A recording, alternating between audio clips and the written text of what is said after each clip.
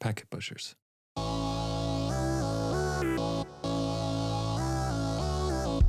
Hey, everybody, and welcome to this episode of Packet Protector, the podcast at the intersection of networking and security. I'm here with Drew, so Jennifer JJ Manella with Drew Connery Murray, and we're talking about security certifications and how to get started in cybersecurity. Yeah, so Ethan Banks from the Packet Pushers asked a question on LinkedIn about cybersecurity certifications because he has a nephew looking to get into the industry.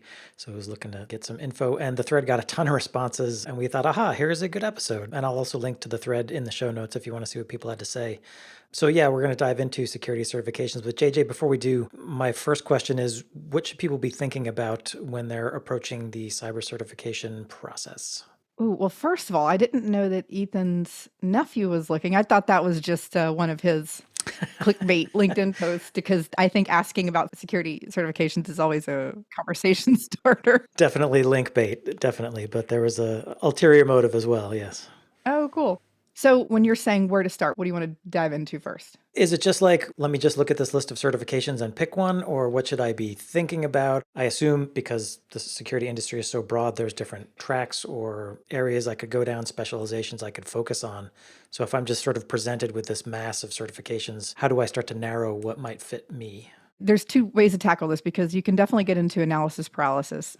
On the other hand, you don't want to start down something so specific that if you don't like it, you don't understand what else was out there. And I think when we talk about working in security and cybersecurity, it's almost like, working in healthcare, where it is so broad. Like, if you think about healthcare, you have everything from, the doctors and the nurses, which are probably kind of like pen testers and offensive teams. Everybody's like, ooh, you're security. Obviously, you're a hacker and you wear a hoodie. But there's this whole other ecosystem, right? There's phlebotomists, and there's, pharmaceutical manufacturers, and there's the people that make wheelchair. Like, Right. Working in healthcare could mean literally anything. Of course, you could also be an administrative person or in sales. So it's really the same for cybersecurity, where I really genuinely and truly do believe that there is something for everybody in security. It doesn't matter if you're an uber technical geek who likes to just work by yourself as an individual contributor, or somebody that's a people person, a technical person, a non-technical person. I really feel like there's a role for everybody. And my one fear with people interested in cybersecurity is that they get some advice to go take some specific certifications, and they go down a path that doesn't align with their interests and personality. Do we have a sense of sort of what the general tracks are? I assume, incident response, pen testing. Are there others? Yeah. So when I work with people that I mentor coming into the space, I tend to just use, you guys are tons of resources out there with, like, there's a nice framework, and anybody that has anything to do with professional development or training and education has these neat, like, charts about what their roadmap. So if you think about a technical certification, if you're doing, Cisco or Fortinet, whatever, those roadmaps walk you through that progression. Yeah. And then you see, right, the dependencies, the prerequisites, and then the branches. So there's similar things on the security side. And, Helen Patton wrote a book called Navigating the Cybersecurity Career Path. It's a small book. It's available on Amazon and Kindle and print. And what I really like about it is she tackles it from the kind of know thyself perspective of what kind of person are you and what are you interested in.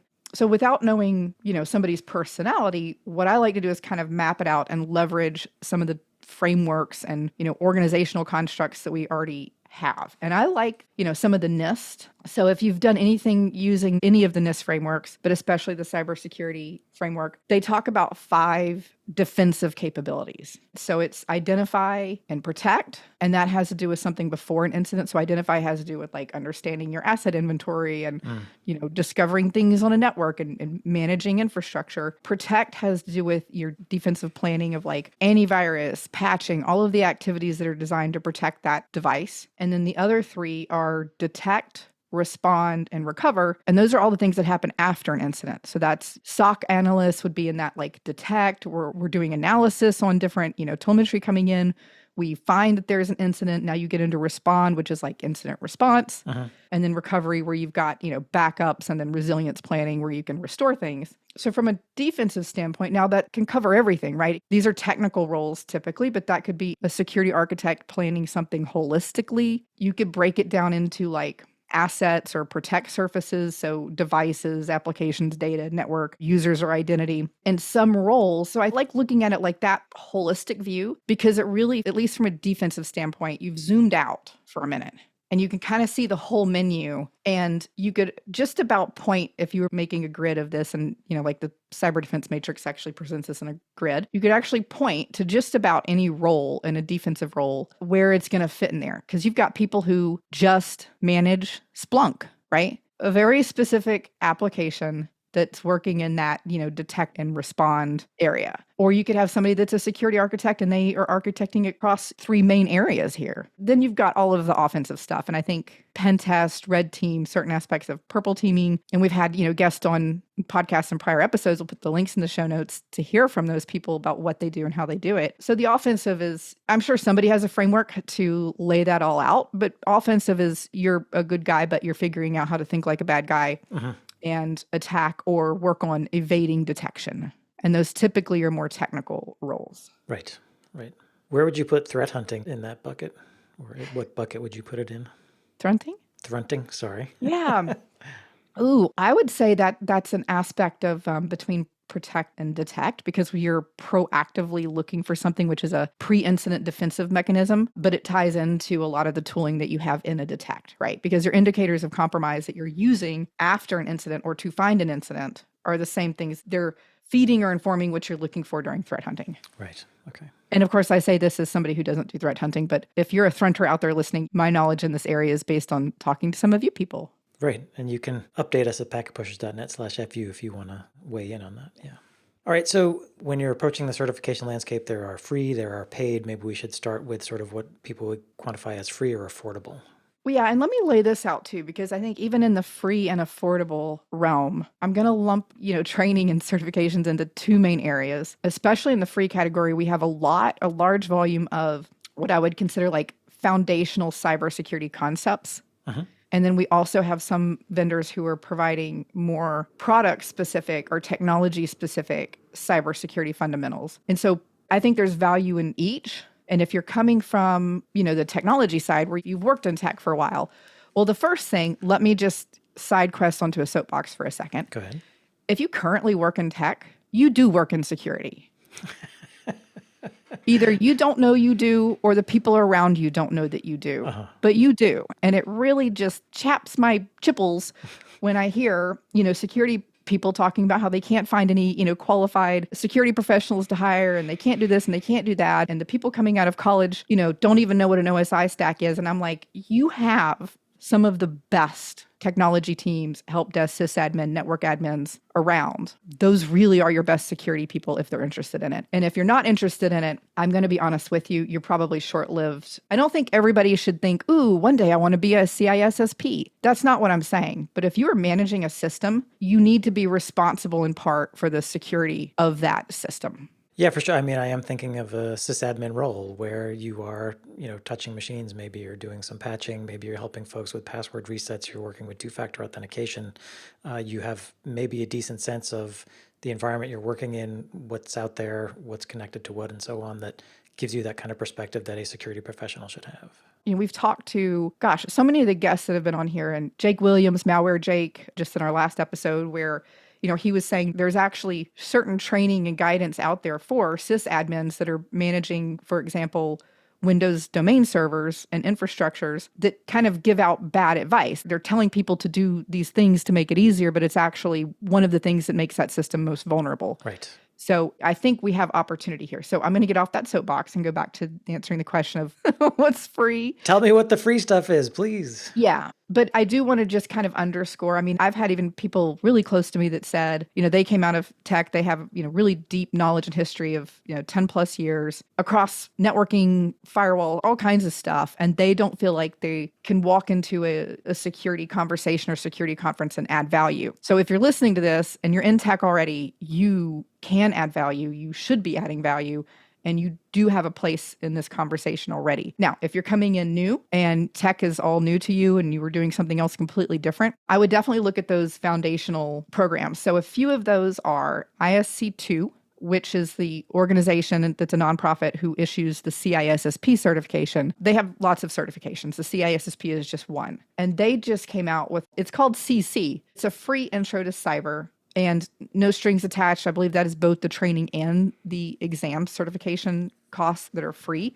I think they have some, lofty goal of getting 1 million people certified or something like that. Hmm. So that's just foundational. Places like the EC Council has a set of, several free courses for beginners that are designed to be very introductory. SANS used to have something called Cyber Aces, and I was checking that out. That's gone, but we're going to put the link to that page. They still have it up because it redirects you to other free resources. But now you're starting to get into more of the topics that are more appropriate for somebody who already has some experience in tech. It doesn't have to be deep. You don't have to have been working in the industry for, 5 or 10 years, but they are more specific. And so, just be a little careful there if that's your first introduction. Yeah, I'll also throw in there, this isn't a certification, but it is training and it is free. It's the Cloud's Law program Rich Mogul runs. We'll put a link to that in the show notes, and we did an episode with Rich about it, but that's focused on cloud security, including some essential things around identity and access management. Very free, lesson-based, go at your own pace. Again, not a certification associated with it, but if you're looking for foundational training so that you can feel prepared to go do some certification work, that's also a great resource. Yeah, I'm a huge fan of that type of training that is, let me teach you how to architect something for enterprise security. There's no better person to learn it from than Rich Mogul because he's the person who has worked in, cloud for forever, developed a lot of the Cloud Security Alliance training. The CCSK is delivered that at Black Hat for years. So he is the guy. He's not just like a hobbyist. He is the person that large enterprises go to secure their cloud infrastructures. So yeah, that's going to be specific to, I think he does his on AWS, but the concepts translate to any platform. So if you're using Google or Azure or something else. Yeah, so we've talked about ISC2, EC Council, SANS Resources, Cyber Aces that it's not active but has links, Cloud's Law. And then you look at the vendor landscape, and if you're looking for more free vendor-specific certifications, there are also those available. Yeah, and these are varying degrees of vendor neutral to vendor specific. And I think like any vendor out there who touches security in any way has something like this. Google has a cybersecurity professional certificate that's a free class on Coursera. So we'll put that link in there. And Cisco Networking Academy, there's an introduction to cybersecurity that they offer. Actually, some of the people that I'm working with that are mentees or have done or are going through that, I can't remember if that one's vendor specific, but I think it is actually just an introduction to cybersecurity. Similarly, Fortinet has a free cybersecurity training for IT professionals. It's part of their NSE training program, and that is free. Palo Alto has free courses. So we'll put all these links in there for you guys to, click around and play with. But definitely, if you've worked as a sysadmin or a network admin, I think starting with things like Cisco, Fortinet, Palo are going to ease you into language that you're already very familiar with, but then introduce you to the new language of cybersecurity, which is just its own lexicon. It's not really any new concepts. It's just a new vocabulary. Okay, given that the resources we've just talked about are free, how much value do you think they have on the market? Like if I'm looking to get a new job, increase my pay, are these free things worth my time? Because my employer or a potential employer could look at it and be like, well, it's free, so it's worth what you paid for it. Well, a few things. Most of the, HR and the hiring managers that are posting these jobs and reviewing the candidates, they don't know what's free and not free. But I'm going to challenge. So there are going to be some jobs that require a certain level of either experience or certification. But let me just kind of table that for a second and talk about what I think as a hiring manager, people should be looking at and considering, and what I look at and consider when I look at a resume. If I get a resume and it's just got, I've done this or past experience, et cetera, and maybe there's a certification from however many years ago, that's fine. But if I see somebody, even if they're new and they just clearly say, I don't have a lot of work experience in this space, but I'm actively working to build my own knowledge, and I can see that they're actively pursuing these things on their own, that speaks volumes. Because I think if nothing else in this industry, if you don't have curiosity and a little bit of self-motivation to go explore that and ask questions and get the answers to them, you're not going to last long in security or tech. Right. You need a curiosity mindset. Yeah. And so if somebody's interested enough and hungry enough to go pursue things, I don't care if they're free. I mean, that just tells me they're smart, right? They're not just blowing their money on, because I do see a lot of people that, I don't know if they decide or they, got guidance from somebody, to go into these 2 or 4 year programs or, a certification training that's just really expensive out of the gate when they don't even know if that's what they want to do. I mean, sometimes that works, but if you can nibble at things, especially the free things, they're more bite size. So instead of going through one long course that's expensive and specific, if you go through 2, 3, 4, 5, 10 smaller ones that give you different flavors and different angles to view things, I feel like you're much better equipped to make a decision about which of those interest you. I take your point. As a human, you're looking at another human to try to judge. You can sort of intuit, okay, this is a curious person. This is a person who's being proactive. This is a person who's trying to learn. But to get to that point, you've also got to get past the boundary of the automated HR filters. So that's, I think, the situation a lot of people are in. Like, how do I do that? And yeah. And I think if you're working with a placement or a headhunter, taking cues from them is helpful. I've definitely seen professionals that listed certifications they wanted to pursue in a separate section, and therefore that kind of made it through the filter, or things that were in progress. oh, smart. Yeah, so there's ways around that. I'm not saying that's the right thing to do every time. And that's why I'm saying talk to the recruiter headhunter. It's really interesting to me in the recruitment space for tech, because I've worked with several companies over the years. And, I want to see everybody's experience, especially a senior engineer. I want to understand where they're coming from. Mm-hmm.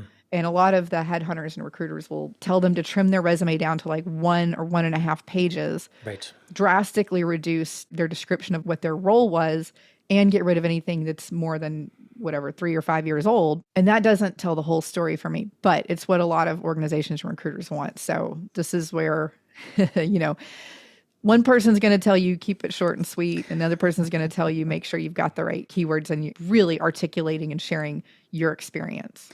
Yeah, you certainly shouldn't lie on your resume. If you haven't taken a cert, don't put it down. But I do think it's fair to say I plan to pursue the following.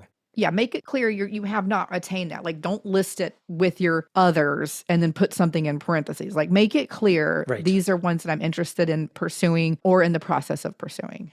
I mean, the thing you hear about a lot of these job advertisements is they're, especially for a junior role or, just a beginner role, they are asking for almost an impossible set of qualifications. Oh yeah, they want they want like 12 certifications Yeah. that 3 of which don't actually exist, and then 18 years or 8 years of experience in a technology that's only been around for 3. Right. So let me add this: don't barf acronyms onto your resume.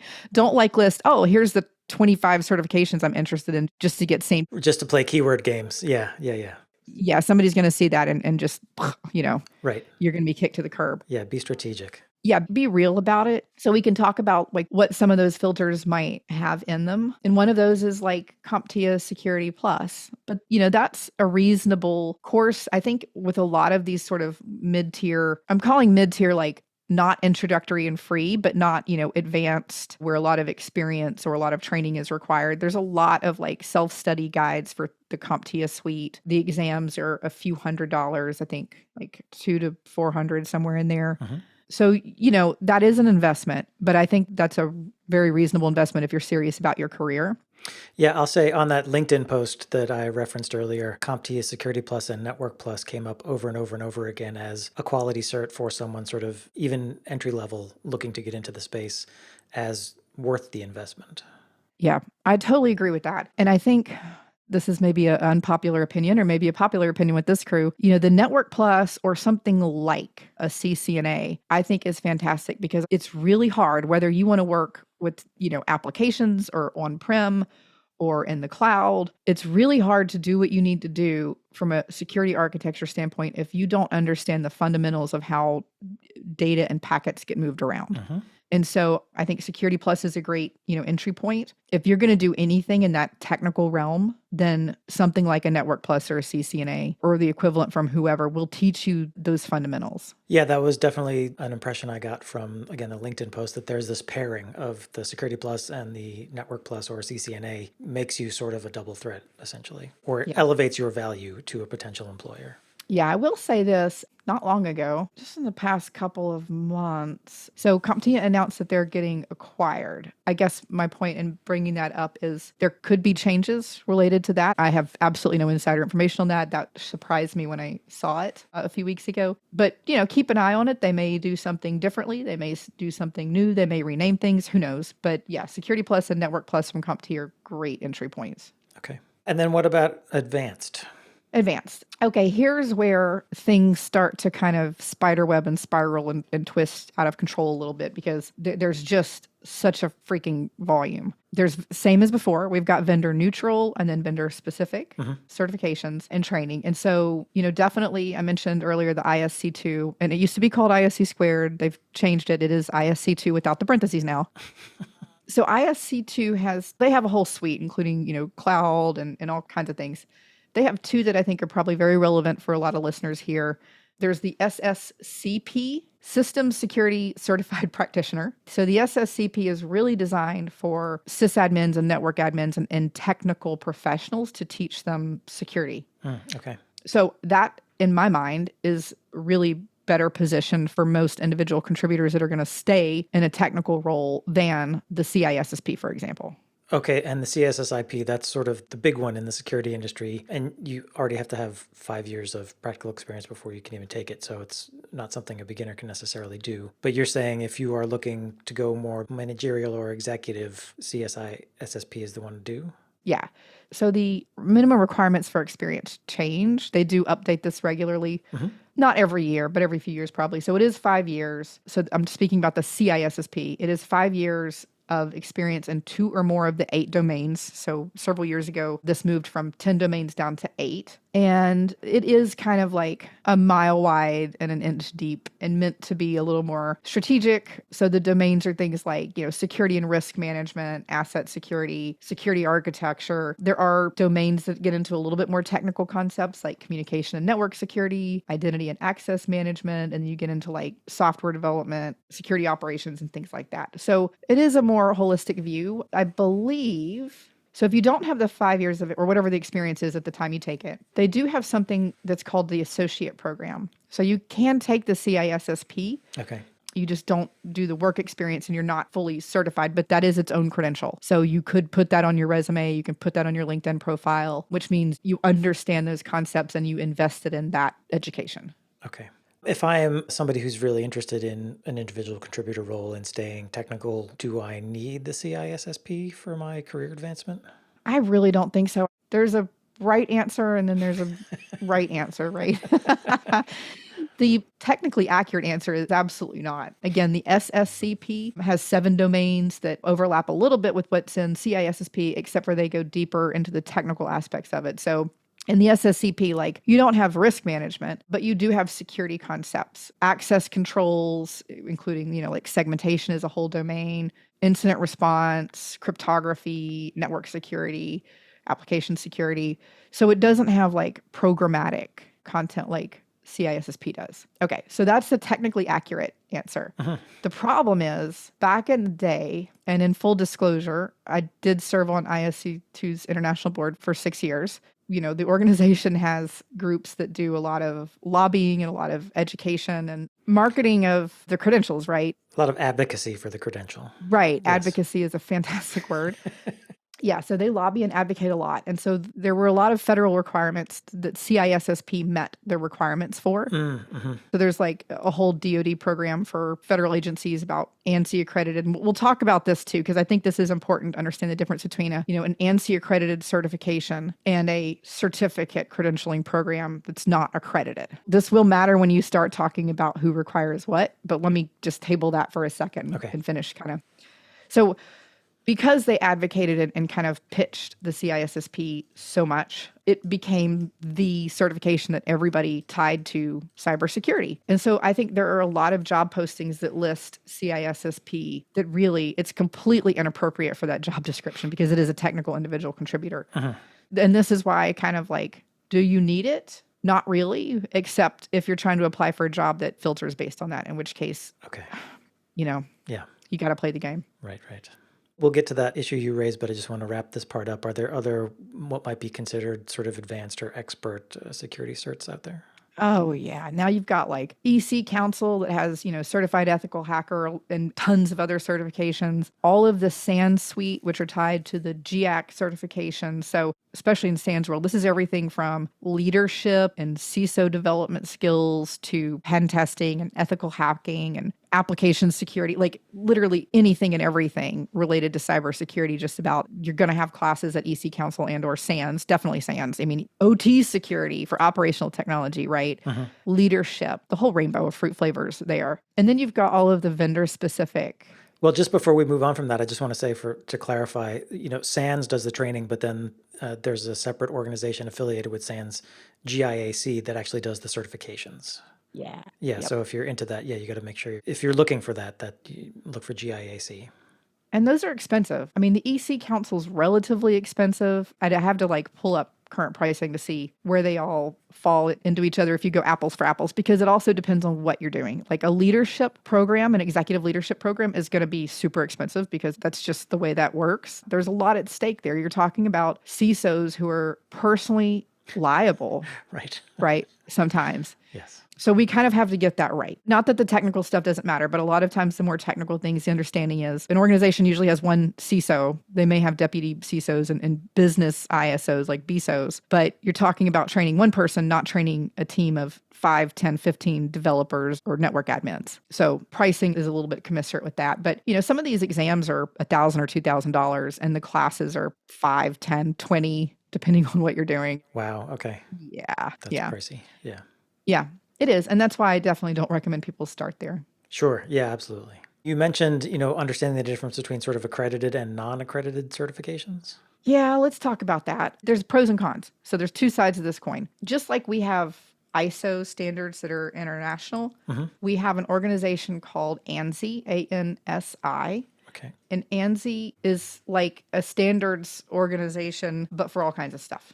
Okay. And one of the things they do is create standards for accredited certifications. This is sort of like a university has to go be essentially inspected by a sort of a governing body to say, yes, you are qualified to be a university and to issue degrees in these subjects. It sounds like ANSI is doing the same thing for professional certifications.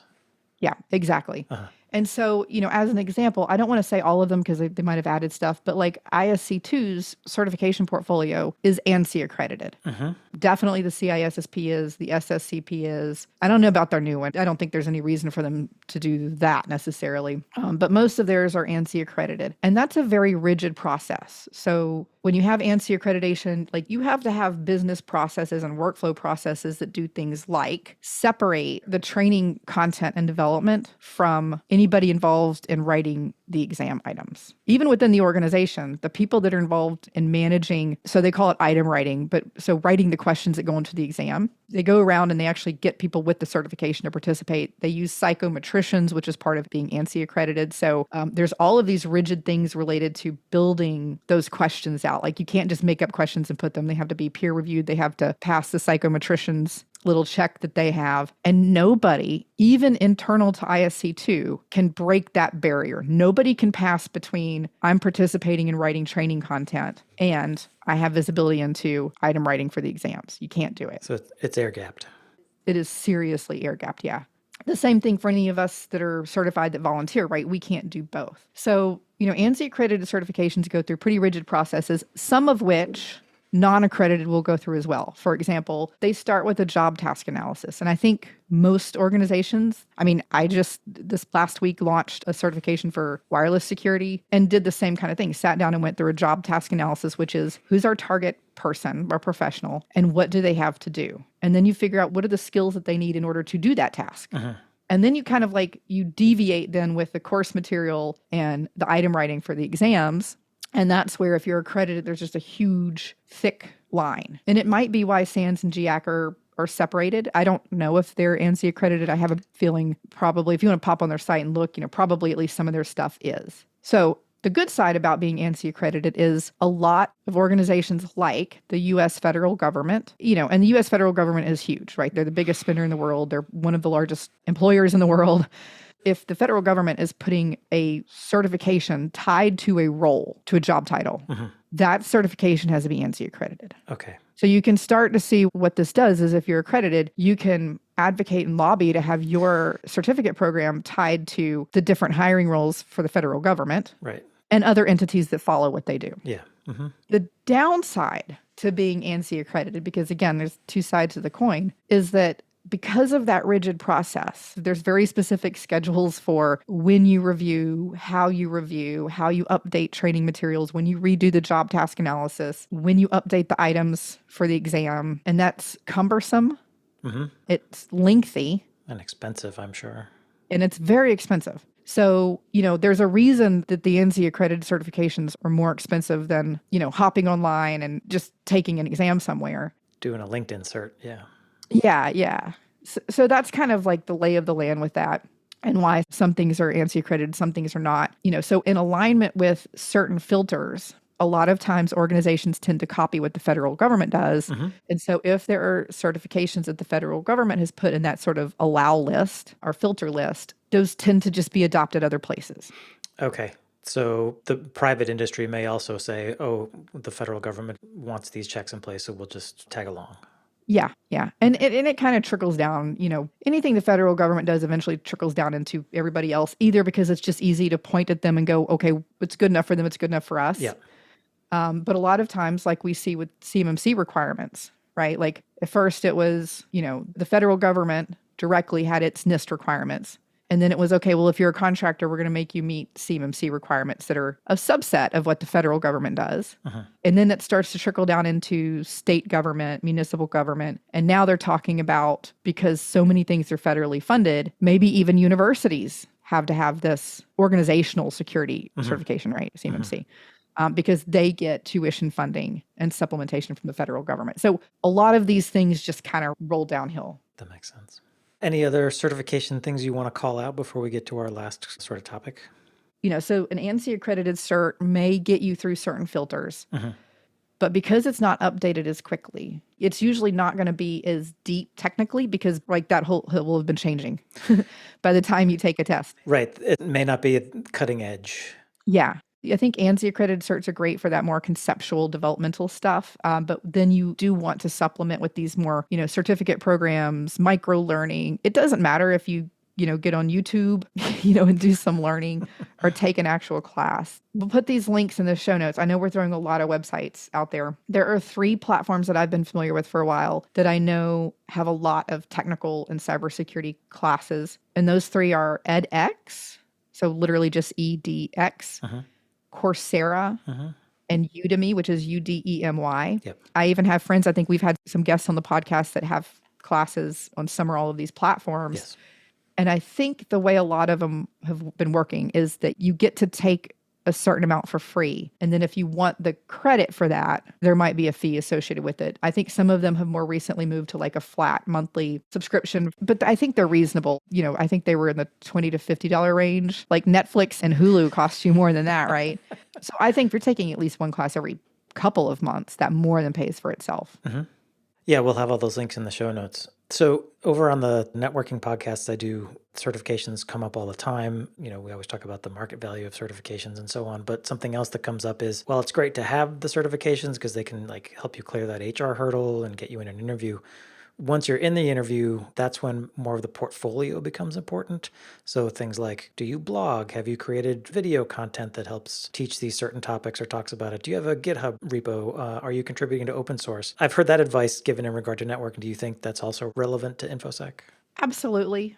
Now, there's one, I think, special consideration when you start talking about especially security, and that's that I see a lot of technical professionals that get on social media, LinkedIn, Twitter, Blue Sky, whatever, and they're like making comments about projects they're working on, sometimes even posting photos of like provisioning equipment and at times even inside of server rooms. Oh, no. And, especially in cybersecurity, it is like you don't want to overshare certain aspects if it's in a production environment. Yes. So, even if it's in your own, business network, right? Whoever you're employed by, you just have to be really careful that you're not, making YouTube content in your production environment or anything that could expose the organization. I know that seems like a no-brainer, but I see it happening a lot. And either, somebody thinks, they blurred out something, but they blurred out this thing over here, but then there's a whole API key that's shown that acts like a root password, right? Right.